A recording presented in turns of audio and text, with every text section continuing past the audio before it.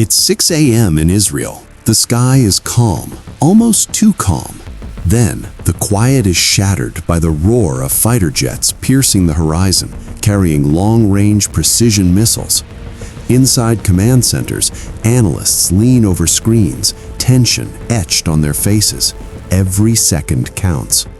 Intelligence reports confirm that today, in Tehran, Iran's top leadership is gathered in a single, heavily fortified compound, including Supreme Leader Ayatollah Ali Khamenei. For months, Israeli Mossad and the CIA have been tracking him. Every movement, every security protocol, every meeting, every guarded corridor.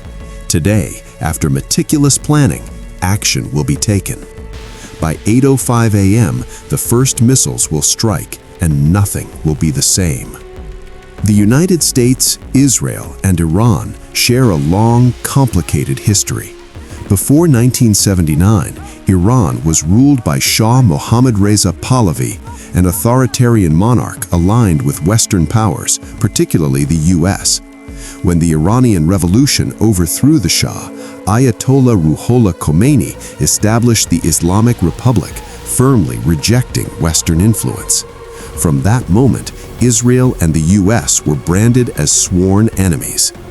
Over the decades, Iran's leadership expanded its influence through regional militias, support for anti-Israel groups, and a controversial nuclear program.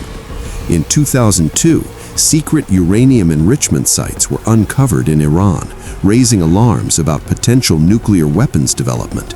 The U.S., Israel, and their allies launched a mix of diplomacy, sanctions, and covert operations to curb Iran's nuclear ambitions.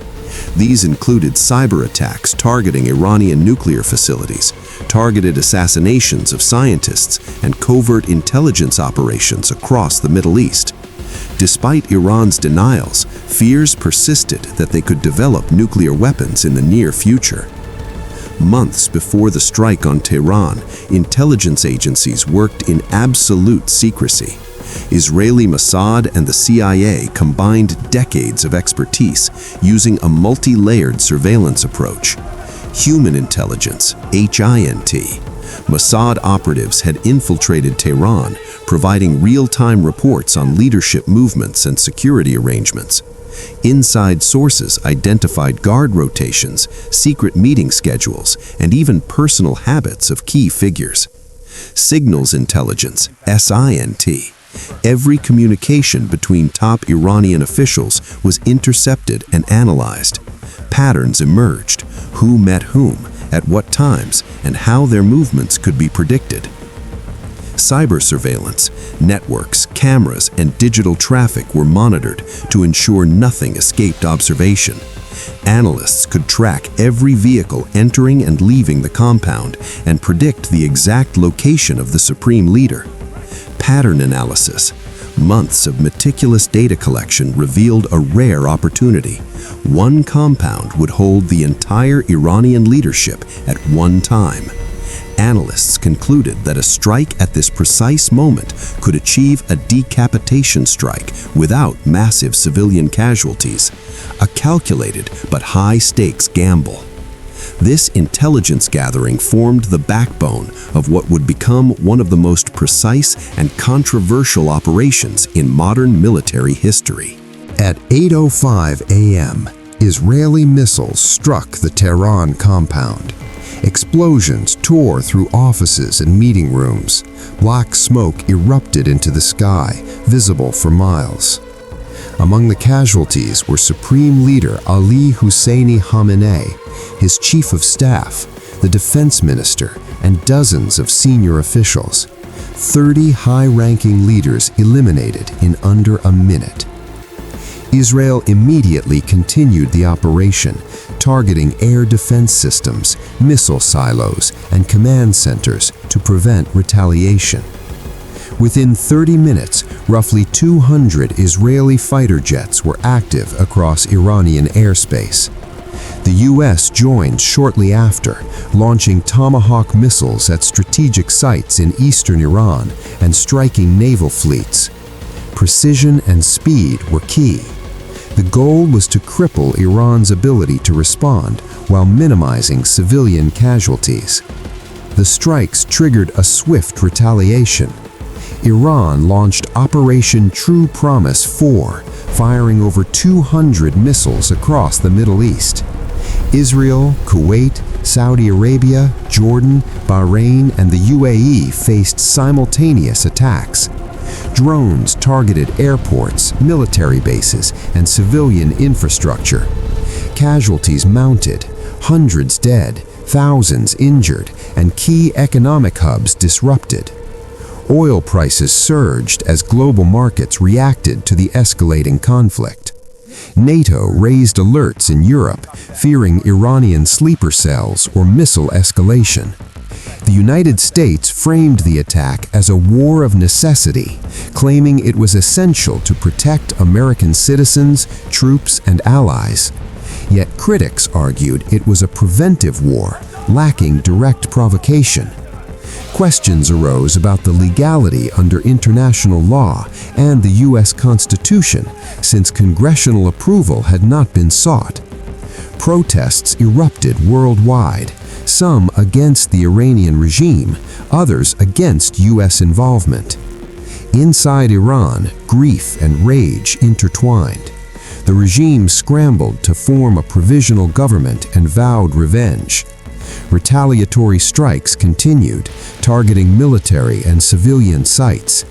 Casualties blurred the line between combatants and non-combatants, raising ethical concerns and international outrage. Globally, analysts warned that while the operation achieved a tactical victory, it carried strategic risks.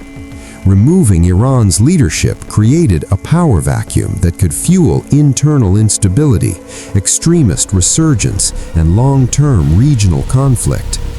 Oil markets and trade routes remained volatile.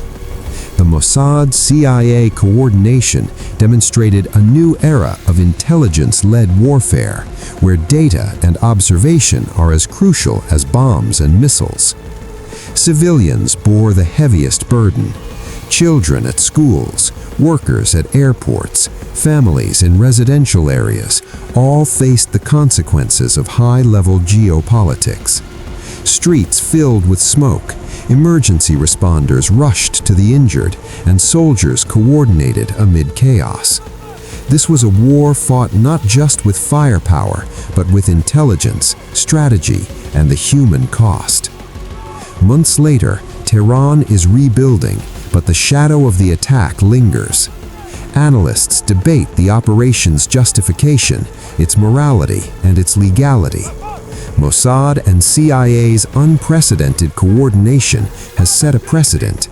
In the modern world, wars can be fought and won not just with weapons, but with surveillance, patience, and meticulous planning. The operation highlights a new era of warfare, where the battlefield is both physical and virtual. Networks, algorithms, and intelligence patterns dictate outcomes as much as tanks or fighter jets. Every movement, every protocol, every signal could determine who survives and who doesn't. In the aftermath, geopolitical tension remains high. Neighboring nations recalibrate defense systems. International organizations weigh in on legality and ethics.